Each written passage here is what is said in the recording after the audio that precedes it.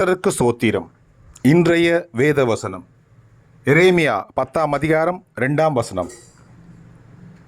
புறஜாதிகளுடைய மார்க்கத்தை கற்றுக்கொள்ளாதிருங்கள்.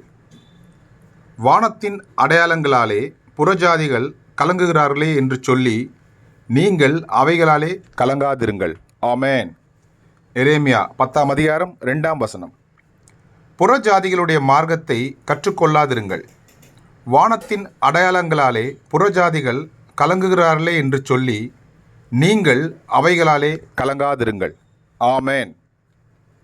கர்த்தர் உங்களை ஆசீர்வதிப்பாராக, உங்களோடு கூட இருப்பாராக. ஆமேன்.